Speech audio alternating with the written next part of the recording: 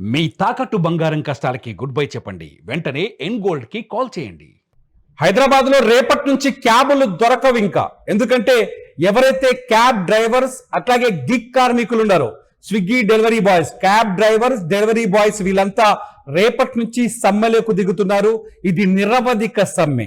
చాలా డిమాండ్లతో Telangana app based drivers association, app based drivers forum ఈ సమ్మెకి పిలుపునిచ్చింది. తెలంగాణ వ్యాప్తంగా రేపటి నుంచి ఎటువంటి డెలివరీ బాయ్స్ కానీ, ఎటువంటి యాప్ డ్రైవర్స్ అంటే ఎవరైతే బైక్ రైడర్స్ కావచ్చు, లేకపోతే క్యాబ్ డ్రైవర్స్ కావచ్చు, క్యాబ్లు దొరికే అవకాశం లేదు. క్యాబ్ డ్రైవర్లు అట్లాగే డెలివరీ బాయ్స్ అంతా రేపటి నుంచి, డెలివరీ పార్ట్నర్స్ అంతా రేపటి నుంచి సమ్మెకు దిగుతున్నారు. ఇది నిరవధిక సమ్మె.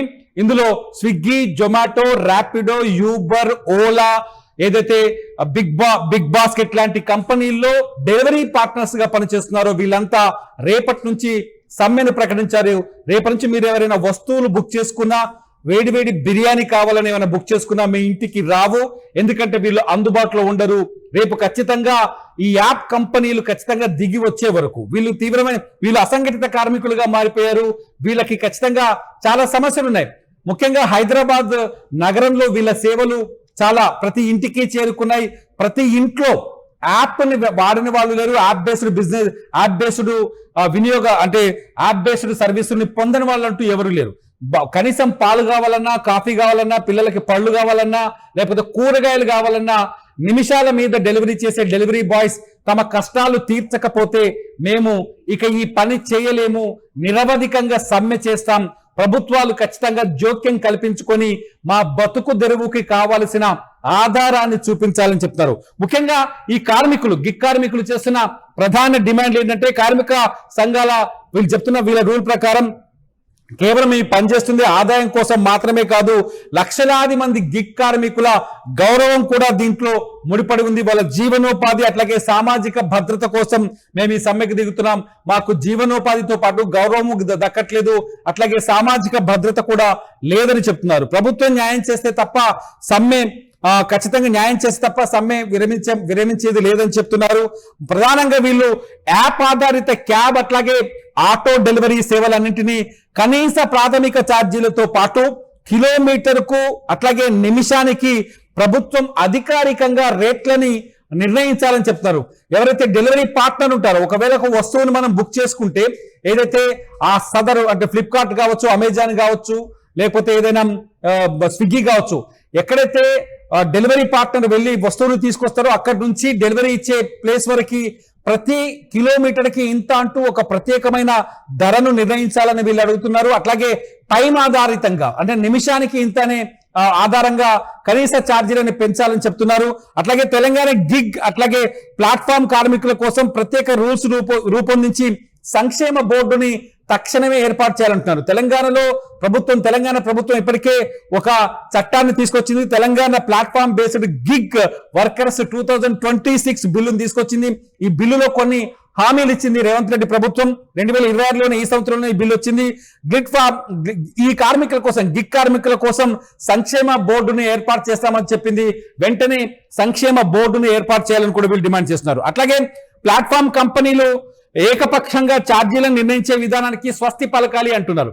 ఈ అగ్రిగేషన్ కంపెనీలు అంటారు, ర్యాపిడో కావచ్చు, యూబర్ కావచ్చు, లేకపోతే బిగ్ బాస్కెట్ కావచ్చు, స్విగ్గీ కావచ్చు, వీళ్ళంతా జొమాటో కావచ్చు, వీళ్ళంతా ఏం చేస్తారంటే డెలివరీ పార్ట్నర్ కి ఎంత ఇవ్వాలి, ఒక వస్తువును బుక్ చేసిన తర్వాత డెలివరీ పార్ట్నర్ కి ఎంత కమిషన్ ఇవ్వాలనేది ఈ కంపెనీలు నిర్ణయిస్తున్నాయి. దీనికి ఒక ప్రామాణికత అనేది ఏమీ లేదు. అంటే వీళ్ళు ఇవాళ ఒక రేట్ ఇస్తారు, రేపు ఒక రేట్ ఇస్తారు, ఎల్లుండి ఒక రేట్ ఇస్తారు. సో అది డెలివరీ కార్మికులకు తీవ్ర నష్టాన్ని కలిగిస్తుంది. వాళ్ళ శ్రమని దోచుకున్నట్టుగా తయారైపోయింది. అంటే ఇవాళ 20 రూపాయలు ఇస్తారు ఒక డెలివరీకి, రేపు 30 ఇస్తారు, ఒక రోజు అయితే 10 రూపాయలు కూడా 5 రూపాయలు కూడా రావట్లేదని చెప్తున్నారు. మొన్న కొందరు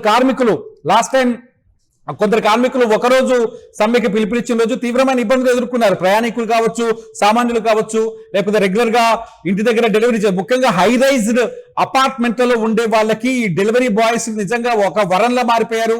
ప్రతిదానికి కిందకి దిగి షాప్ దగ్గరికి వెళ్ళి కూరగాయలు కొనుక్కొచ్చుకోవడం, పాలు కొనుక్కొచ్చుకోవడము, లేకపోతే మసాలాలు కొనుక్కొచ్చుకోవడము, లేకపోతే ప్రతిసారి షాపింగ్ మార్క్ వెళ్ళి ఒకేసారి కావాల్సిన లిస్ట్ రాసుకొని తెచ్చుకోవడం అనే సమస్య పోయింది. ఏ రోజుకు ఆ రోజు ఫ్రెష్ గా కూరగాయలు, పాలు అందిస్తున్నారు. చాలా యాప్ బేస్డ్ కార్మికులు వాళ్ళు ఇంటి దగ్గరకు వచ్చేసి హోమ్ డెలివరీ, డోర్ డెలివరీ చేసి వెళ్తున్నారు. సో వీళ్ళకంటూ ఒక ప్రత్యేకమైన ఛార్జీలు లేవు. ఇవాళ ఒక రేటు రేపు ఒక రేటు. ఇది రేట్లు నిర్ణయించేది ఎవరు? ర్యాపిడో వాడు నిర్ణయిస్తాడు, లేకపోతే యూబర్ వాళ్ళు నిర్ణయిస్తారు, లేకపోతే స్విగ్గీ వాళ్ళు నిర్ణయిస్తారు. వాళ్ళు ఎంత డబ్బులు ఇస్తే అంత మాత్రమే వస్తుంది. వీళ్ళకి సంపద మీద, వీళ్ళ రోజువారీ సంపద మీద వీళ్ళకే నమ్మకం లేకుండా పోతుంది. ఖచ్చితంగా దీనికి ఒక ప్రామాణికత కావాలి.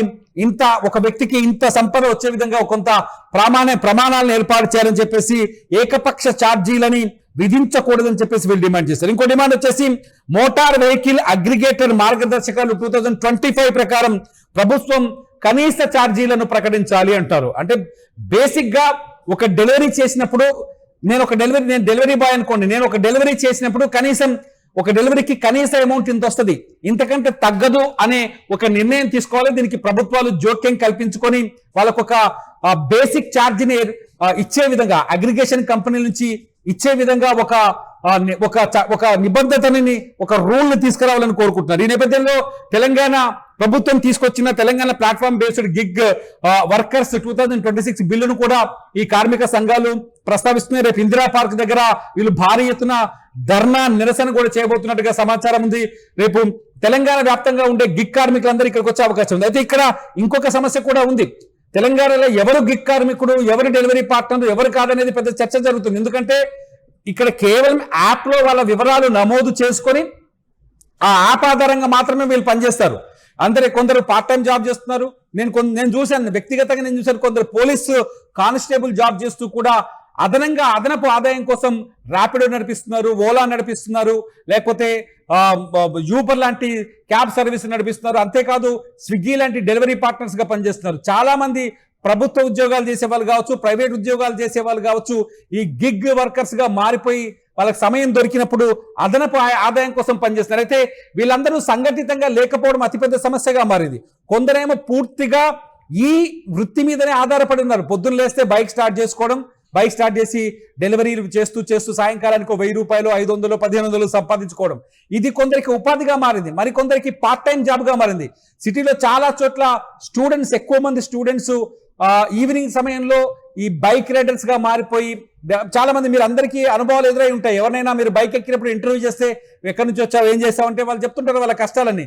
సో వాళ్ళకి కొంత ఉపాధికరంగా మారిపోయింది. ఇక్కడ కాంపిటీషన్ కూడా ఉంది. కాకపోతే ఒక్క గొడుగు కింద లేరు, వీళ్ళకు ప్రత్యేకమైన సంఘం లేదు. ఈ నేపథ్యంలోనే 2024లో ముఖ్యమంత్రి రేవంత్ రెడ్డి, తెలంగాణ ముఖ్యమంత్రి రేవంత్ రెడ్డి 2024 డిసెంబర్లో గిగ్ కార్మికులతో ఒక సమావేశం నిర్వహించారు.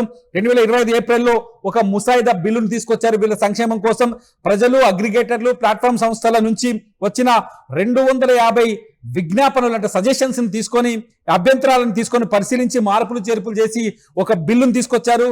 గతంలో కర్ణాటక, రాజస్థాన్, జార్ఖండ్, బీహార్లలో ఈ గిగ్ వర్కర్లకి సంక్షేమం కోసం కొన్ని నిర్ణయాలు తీసుకున్న నిర్ణయాల ఆధారంగా 5వ రాష్ట్రంగా తెలంగాణలో కూడా ఒక బిల్లును తీసుకొచ్చారు. మార్చిలో ఈ బిల్లుకి చెప్పాను కదా, Telangana platform based gig workers bill 2026 కి 2026 మార్చిలో అసెంబ్లీ ఏకగ్రీవంగా బిల్లును ఆమోదించింది. మే 1వ తేదీన గవర్నర్ ఆమోదం కూడా పొందింది. కానీ సంక్షేమ సంఘాన్ని ఏర్పాటు చేయడంలో కావచ్చు, నిర్ణయాల్ని అమలు చేయడం కావచ్చు జాప్యం జరుగుతుంది. ప్రభుత్వం చెప్తోంది ఈ ఆగస్టు 15వ తేదీ నుంచి వాటిని అమలు చేస్తామని చెప్తోంది. అయితే ఈ విషయంలో కూడా కార్మికులు కొంత ఆందోళనగా ఉన్నారు. ప్రభుత్వం మమ్మల్ని సరిగా పట్టించుకోవట్లేదు, మా సంక్షేమాన్ని పట్టించుకోవట్లేదనే బాధతో ఉన్నారు.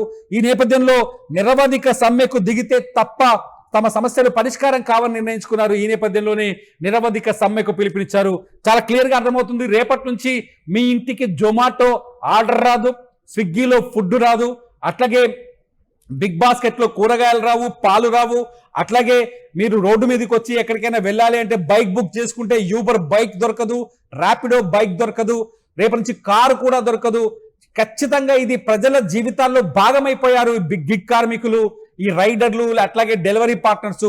వీళ్ళు ఒకవేళ సమ్మెకి దిగితే ప్రతి సామాన్యుడు సమస్యను ఎదుర్కొనే అవకాశం ఉంటుంది. ఈ అపార్ట్మెంట్ కల్చర్, ముఖ్యంగా హై రైజ్డ్ అపార్ట్మెంట్ కల్చర్ వచ్చిన తర్వాత వీళ్ళ అవసరం చాలా ఎక్కువగా ఏర్పడింది కాబట్టి అక్కడ కూడా తీవ్రమైన సమస్యను ఎదుర్కొనే అవకాశం కనిపిస్తుంది. ఇది మొత్తంగా తెలంగాణ గిగ్ కార్మికులందరూ ఒకటే చెప్తున్నారు, దయచేసి ప్రజలు, వినియోగదారులుగా ఉన్న ప్రజలు దయచేసి మాకు సహకరించండి, మా సమ్మెకు సహకారం తెలపండి, మా కుటుంబాలను కాపాడండి, మా ఫ్యామిలీలో మా పిల్లలు 4 మెతుకులు తినేలా మీరు సాయం చేయండి. ఖచ్చితంగా ప్రభుత్వం పైన ఒత్తిడి తెచ్చే వరకు మా ఆందోళన విరమించేది లేదు. మా ఆందోళనకి మీ మద్దతు ప్రకటించడానికి కోరుతున్నారు. మీరేమనుకుంటున్నారు? తెలంగాణలో కాదు, దేశవ్యాప్తంగా గిగ్ కార్మికులు తీవ్రమైన ఇబ్బందుల్లో ఉన్నారు. డెలివరీ బాయ్స్, అట్లాగే ఎవరైతే క్యాబ్ డ్రైవర్స్ ఉన్నారో వీళ్ళందరికీ ఖచ్చితంగా ఒక సంక్షేమ నిధి, అట్లాగే కనీస ఛార్జీలు, కనీసం వాళ్ళకు అంటే కొంత వాళ్ళకి హెల్త్కు సంబంధించిన ఏదైతే ఇన్సూరెన్స్ ఇటువంటివన్నీ ఏర్పాటు చేయాల్సిన అవసరం ఉందా లేదా, నిజంగా వీళ్ళకి ఎటువంటి పరిష్కారాలు చూపిస్తే వీళ్ళ లైఫ్ చాలా హ్యాపీగా ఉంటుందని మీరు భావిస్తున్నారు? మీ నుంచి కూడా ఖచ్చితంగా మీ సలహాలు తెలియజేయండి. వీడియో కింద కామెంట్ చేయండి. మీ సలహాల్లో ప్రభుత్వంకి పంపించాల్సిన ఏమైనా ఉంటే మేము ఆ బాధ్యత వహిస్తాం. ప్రభుత్వాన్ని తెలియజెప్పే బాధ్యతని మేము తీసుకుంటాం. చూస్తూనే ఉండండి, ఇట్స్ యూటీవీ. నా పేరు తిరుమల్.